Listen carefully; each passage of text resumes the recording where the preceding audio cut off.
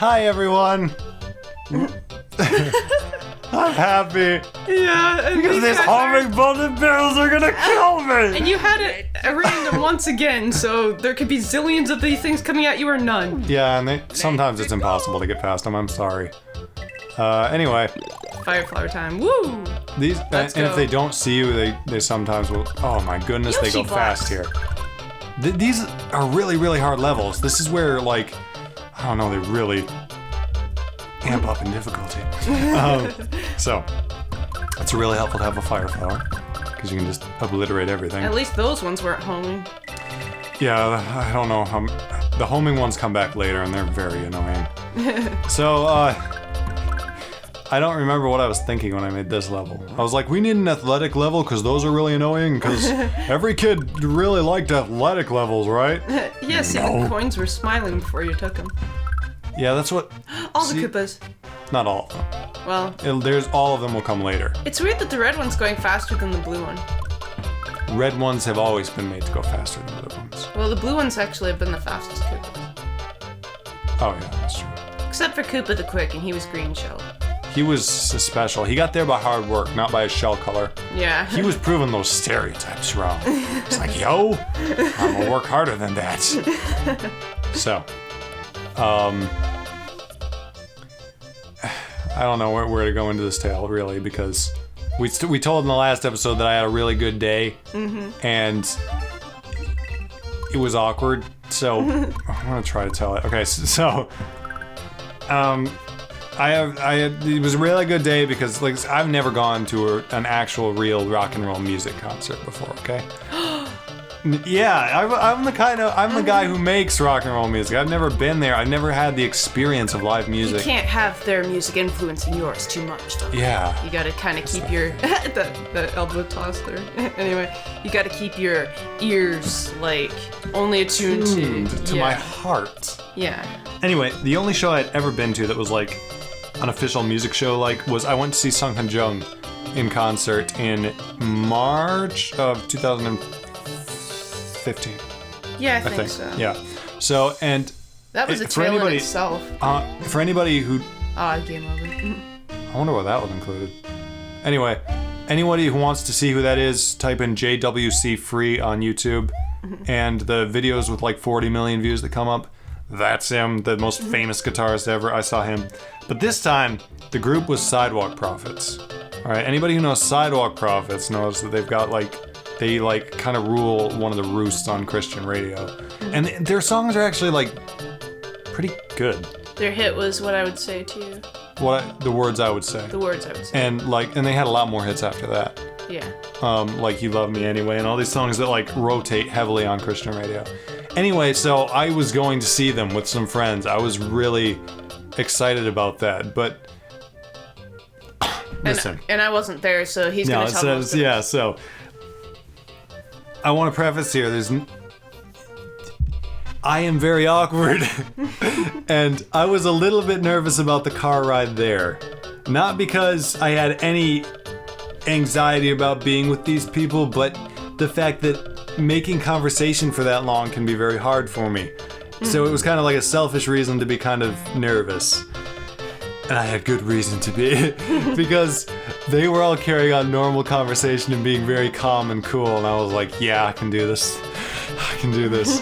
But at one point, I don't know exactly how to describe this phenomenon other than that it was painfully awkward for me. There was this lady that was talking to me, and she was telling me a story about somebody that asked her questions, okay? And as she told the story, I was answering the questions because I didn't know that she was telling a story. And it was really awkward, if you can imagine. Like, there's this idiot sitting in the backseat answering the questions in the story like they're... And it happened 3 times before I finally caught on what I was doing. And I must have blushed bright red.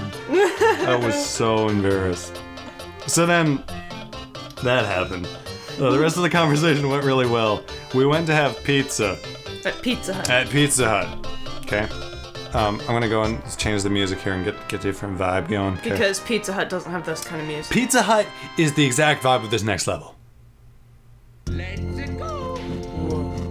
You ever just like feel like that icy Pizza Hut blue, you know, with giant Goombas that Iggy, that exploded like Iggy. Okay, so we got to Pizza Hut, and that was pretty good. We met up with a couple of their friends there that I had no idea who they were, but they were nice. Okay, so when we're leaving, the concert was a big deal around this place in the city. So even the people at Pizza Hut, they knew we were going to it. They're like, "Have a nice concert."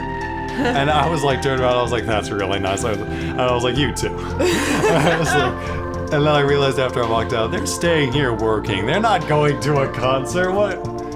So that was a little bit awkward, but it was okay. We were going to the concert now. They would never know who you were. I'm never going to see those people again. I had gotten out a piece of pizza despite being very nervous. That would later come back to bite me. Just like I bit it. You know, the pizza would come back. Well, anyway, I had gotten it down, and I looked rather normal while I did it. You'd hope, anyway. Oh, yes, I was. Very normal. So, we get to the concert. And then that's the point where conversation started breaking, and I'm in a good way, like breaking free. Like I didn't feel nervous anymore. I finally felt like a part of a group, like that was being social, which was a feeling that I can't really describe ever feeling before. And this is really deep. Yumi is standing in awe right now. Have you ever had those experiences in your introverted life where you finally feel at home with other people? Yes. And yes, I have. And yeah, so that was really cool. That I finally, at about that point, I was just like, yes, I'm making conversation. I feel comfortable for once. And then the show started, and it was like really good. But the bass player was way too loud. And I thought I was the only one feeling this. I asked around later, other people felt it too. But when the bass player plays, your throat rumbles in an odd way. And I had never felt this before. I'm like, I'm going to die in a concert. There's gonna be somebody at the back of the concert with the best view in the entire stinking concert. It's gonna die because the bass player was too loud. Oh, he was really loud. It didn't and jump. you just hug a Yeti. Yeah, hug a Yeti, man. That's what it felt like. His bass tone was like hugging a Yeti. It's like intense. All I could hear was like the bass and the cymbals, and I was like, yes, I am at home in the music. So it was like really a good show. I'm gonna steal a Nintendo tale from the lead guy of Sidewalk Prophets. And we're not joking about Nintendo tale. No, he told it. This is the thing. He told a Nintendo tale. It was Nintendo Tale-ception, guys. And I'm just gonna tell a Nintendo tale about it. The thing was, the guy's name is Dave, by the way. Oh! Well, just like my name. You have another twin besides Luke. And he's up there telling Nintendo tales on the stage, and I'm like, bro, that's copyrighted. Anyway, he was talking about like how this tale started with him like being with his college friends in a dorm room, and they were playing the Nintendo Entertainment System. Because this was in the college where they were playing, right? I think, I'm not sure. Because we were at a college show. Yeah. And they had come back for like a homecoming thing, and I think they went to that college. Anyway, so they were like, he was talking about like how it was like 2 a.m. and they were playing Mario with pizza and all that. When all of a sudden they were sitting next to a trash can, and there was this rumble. The trash can started shaking when it was next to them. And this is like all their tale. I'm not making up anyway. This is how he actually told it. And then the trash can tipped over and a dark figure darted out of it. And him and his friend were like, there is a demon in our room. That's what he said. And then like it's darted under the door and out into the hallway. Oh my goodness. And it's like 2 a.m.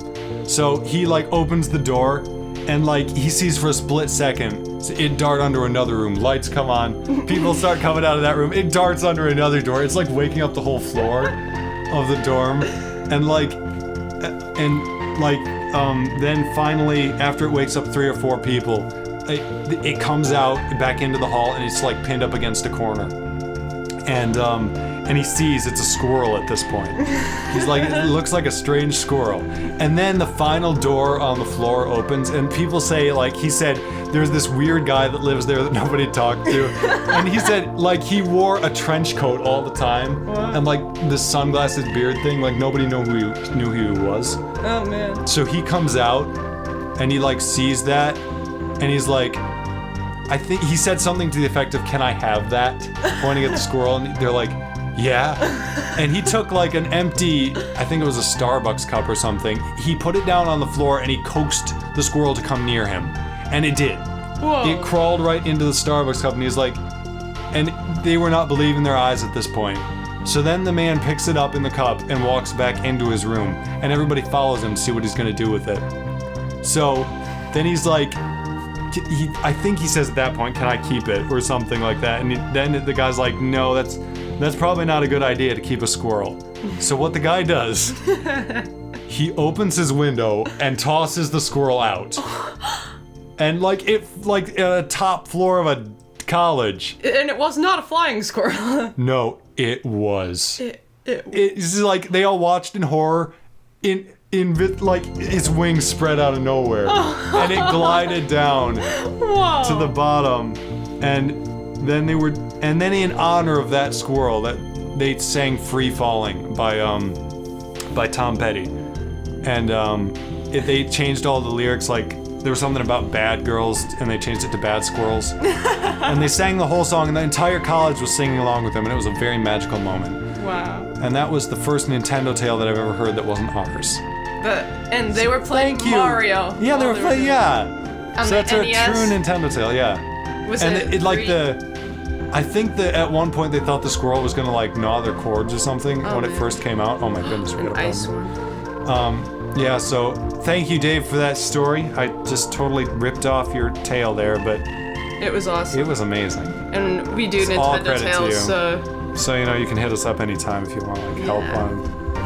He was a very good storyteller. It made me laugh. And I may have spit on the person next to me. that was another awkward moment that I kind of spit on her. Sorry. I don't know if she noticed that or not. You were hoping she didn't. No. Yeah. So sorry. Anyway. So you didn't tell me that because you wanted me to be surprised during the actual telling, and man, it was a flying squirrel. Yeah, and I wasn't expecting that either. Wow. Just like, I don't know how a flying squirrel got into their trash can. They said crazy things happened in that college. And yeah, I guess so. It was an inside dorm room. Yeah. And it was in the trash can. I wonder might if have it was been a that pet. guy's pet. But why would he say like, "Can I keep it?" And I don't know. that's weird. And he And knew why- it was a flying squirrel. So And why did it trust him I don't know. I to guess just come to his I cup? guess at that point it was terrified, and just anything that looked like any form of shelter it was gonna go for. Usually squirrels are quite jumpy, but that's funny. So anyway, then on the ride home, it was really awesome. I kept up a conversation the whole time. No kidding. We actually like sang karaoke to my own songs. Oh yeah, because That was like an awesome moment. these were pretty good friends, so they really knew his songs and were fans Yeah. of his songs. And, so, And like on the way home, like everything was dark. We were just like singing these choruses that I had written, and I'm like, this is awesome. and you could rap that one rap perfectly in a thing or two about me. So yeah, and then Yeah. and so on the way, like all the way to the ride home, we like talked about like stuff that was going on and everything, and it was just really cool. So when I got home, and I was like, yeah, that was a really awesome night. I finally felt a part of a group of people. And then I went to bed, and I didn't get any sleep because I could feel that piece of pizza all night.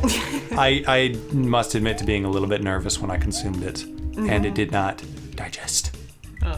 The end. That was really cool. That was a fun day. That was. I loved Was that like the next best day in your life? Yeah, somewhere around there. It may even be the best. Cause like it was like so earth-shattering for me to do anything outside my own home. Yeah. And then it was like, it actually worked out. For me at least. I don't know, but it was amazing. I think everybody else had a good time too. Yeah. Other than that one point where I was like really awkwardly answering those questions, but Yeah, we won't but- talk about that. Tried to forget that. I wonder if she even noticed. I think she did. I think it was very awkward. Okay. Anyway, so that's the tale of one of the best days of my life. Awesome time. Because Sidewalk Prophets, now I'm a fan. They were awesome. Yeah. This level. Take a leap of faith. It will guide you places that you did not know you could go. And it will make Mario very happy. So, I don't know how well I'm gonna do. If I die at this level too many times, we're probably gonna have to. Whoa! Dark Koopa Patrol! Jinx! Anyway, so we're gonna have to probably cut here, but so nervous right now. I've been doing really well for. Aw. Boop, boop. I hate it when I do that. Listening back, I always think I sound like an idiot. It's But doing okay. it while it's like while I'm actually doing it, it's fun. Yeah, so just do it. Yeah. Just do it! Okay, last try.